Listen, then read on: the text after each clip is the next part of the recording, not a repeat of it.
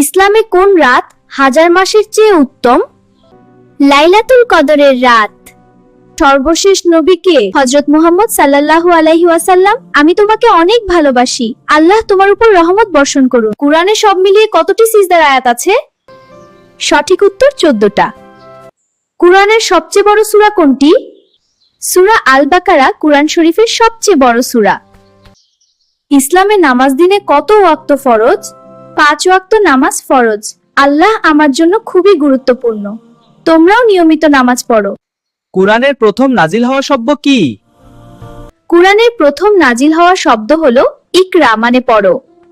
রমজানের একদিন আগে আখেরি শাবানের দিন, যেদিন রমজানের চাঁদ দেখা যায়, ওই দিন যদি কোনো ব্যক্তি জোহরের নামাজের পর এই অজিহাটা পড়েন, আল্লাহ পাক তার জন্য পাহাড় সমান সম্পদ দান করতে পারেন, 70টা রিজিকের দরজা খুলে দিতে পারেন। ওয়াজিহাটা শোনার আগে ভিডিওটা শেয়ার করে দিন, যাতে অন্যরা এই আমলটা করে উপকৃত হতে পারে।